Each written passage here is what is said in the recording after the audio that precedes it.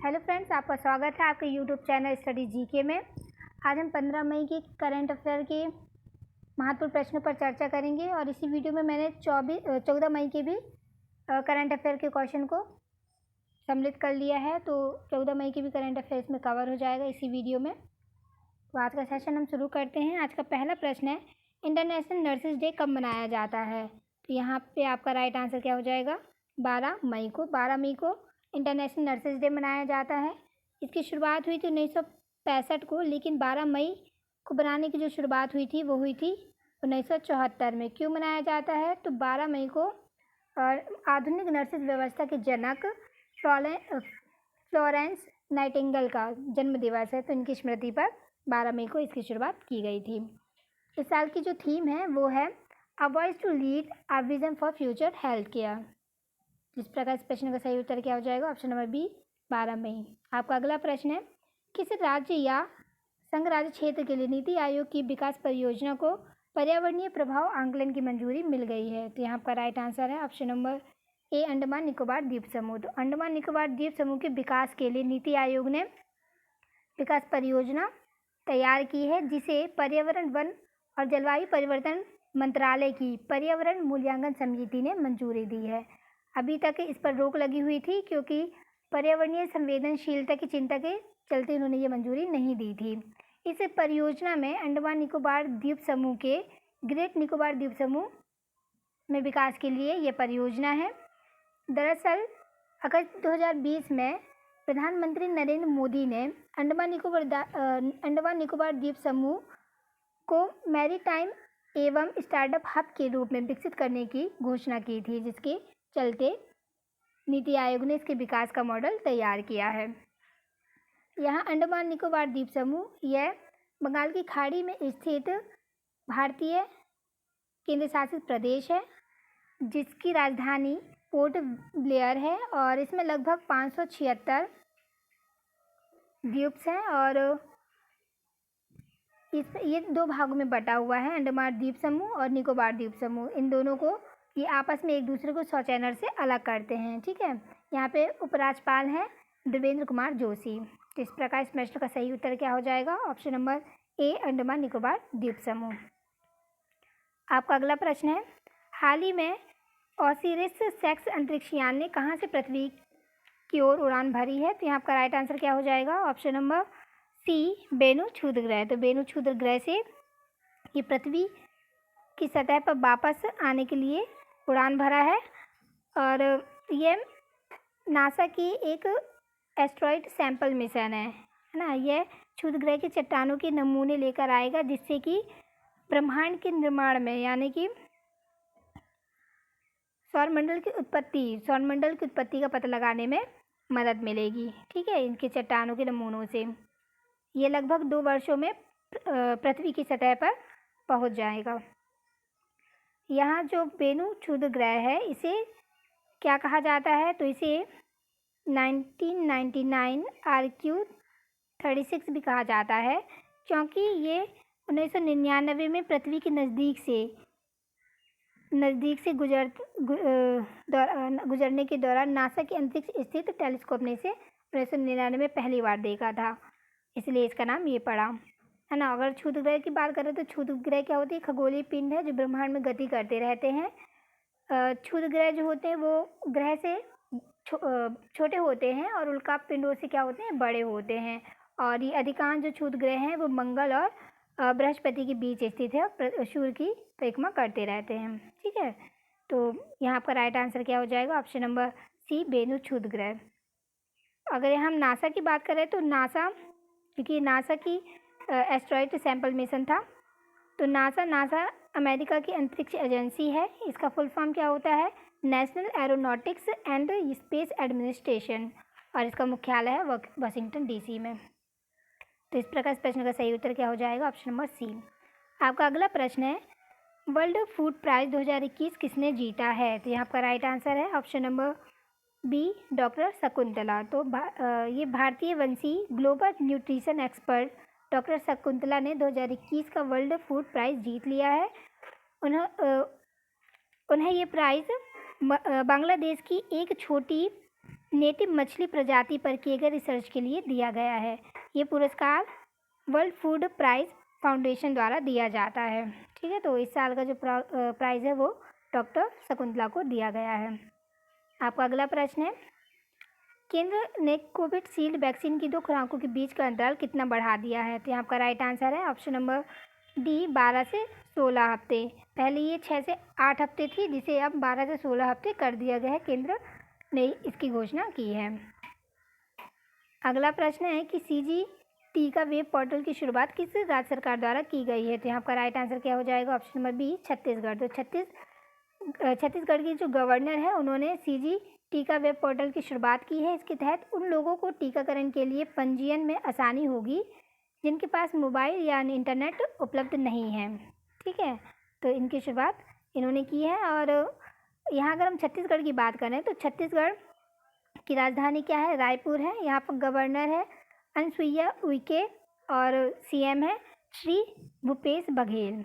ठीक है, और ये जो पोर्टल है इसका विकास किया था छत्तीसगढ़ एस्फोटेक प्रोफेशन सोसाइटी ने इसका विकास किया था। आपका अगला प्रश्न है, रॉकेट को इंटरसेप्ट करने वाला एयर डिफेंस सिस्टम आयरन डोम किस देश से संबंधित है? तो यहाँ पर राइट आंसर है ऑप्शन नंबर ए इजराइल।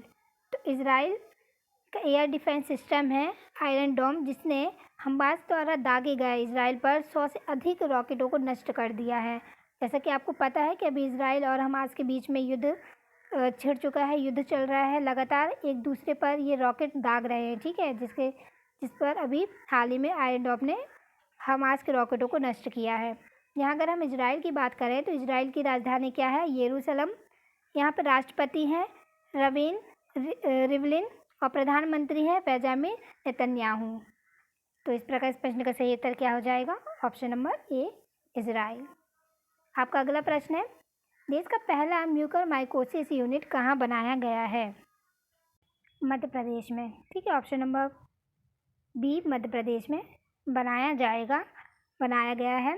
ये मध्य प्रदेश के भोपाल और जबलपुर मेडिकल कॉलेज में 10-10 बेड स्थापित किए जाएंगे इसकी शुरुआत में। इन यूनिटों में म्यूकरमाइकोसिस के मरीजों का उपचार एवं ऑपरेशन जैसी व्यवस्था को सुनिश्चित की जाएगी।